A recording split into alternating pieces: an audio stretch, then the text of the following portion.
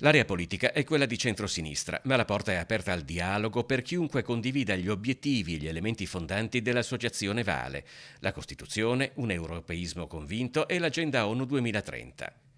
Nata nel marzo 2024 sulla scia di Vela, Veneto Laboratorio Civico, Vale è un movimento che ora ha una rappresentanza politica ufficiale in Consiglio regionale. L'idea è quella appunto di rappresentare tutte quelle realtà civiche che hanno consentito di vincere alle forze democratiche in tante parti del Veneto, ma che non hanno una rappresentanza a livello regionale. Io ricordo che la mia stessa esperienza a Padova, ma l'esperienza di Vicenza, l'esperienza di Verona, hanno tutte, diciamo così, coinvolto il mondo civico in modo significativo. Non solo Consiglio regionale, ma anche comuni. La presidente dell'Associazione Vale è la sindaca di Silea, Rossella Cendron. Gli amministratori locali, dice, sono i primi che possono riconquistare la fiducia dei cittadini. Ed è più importante ancora del dialogo con le forze politiche, quello di recuperare questo legame di fiducia con i cittadini.